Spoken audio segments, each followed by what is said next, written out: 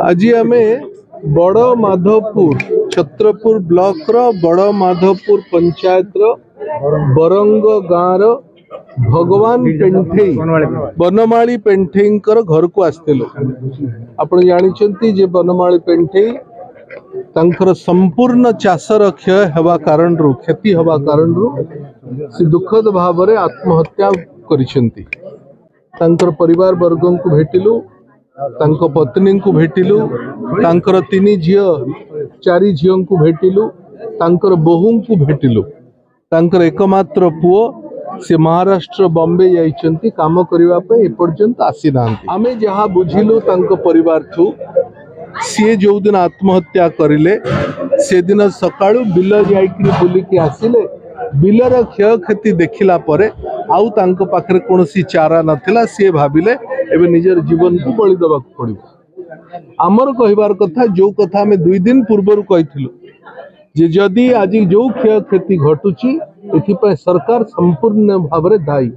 एथि दायी कारण जेतबेले वर्षा रो पूर्वानुमान सरकार को पाखरे थिला सरकार जदि चाषी को अवगत करी थांते हुए तो आज बनमाली पेंठेंकर भगवान बनमाली पेंठेंकर आज आत्महत्या हेई न थांता। भगवान न करंतु एभली घटना आउ ओडिसा रे न हो। गत 2 दिन भितर 3टी चाषी आत्महत्या करि सारलेनी।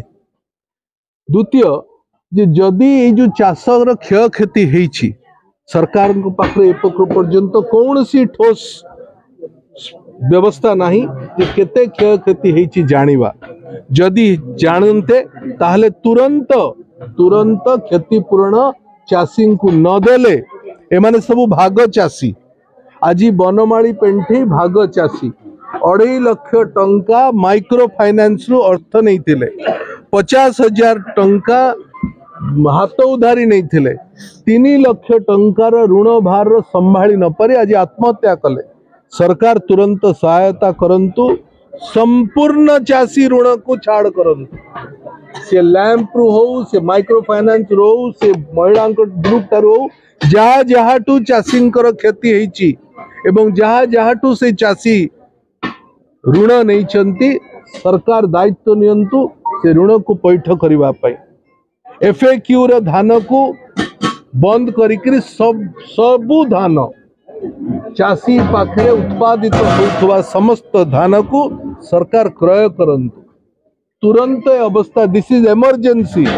एटा होची गोटे चाषी रो समस्यार इमरजेंसी तार जीवन जीविकार कथा सरकार आसिकरी एठी 8 मास हेलाणी ए पर्यंत जो एबे जो पिलाड़ियामी करूछंती जे आमे शिशु सरकार किछि शिशु नाही जे सरकार चलाउची से प्रथम दिनरु ही जानिबा दरकार एभली घटना हेले आमे कोन करिवु।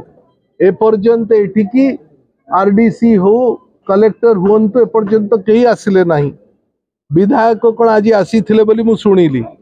ए पर्यंत कृषि मंत्री आसिले नाही, रेवेन्यू मिनिस्टर आसिले नाही, केही आसिकरी क्षय क्षति देखिले नाही।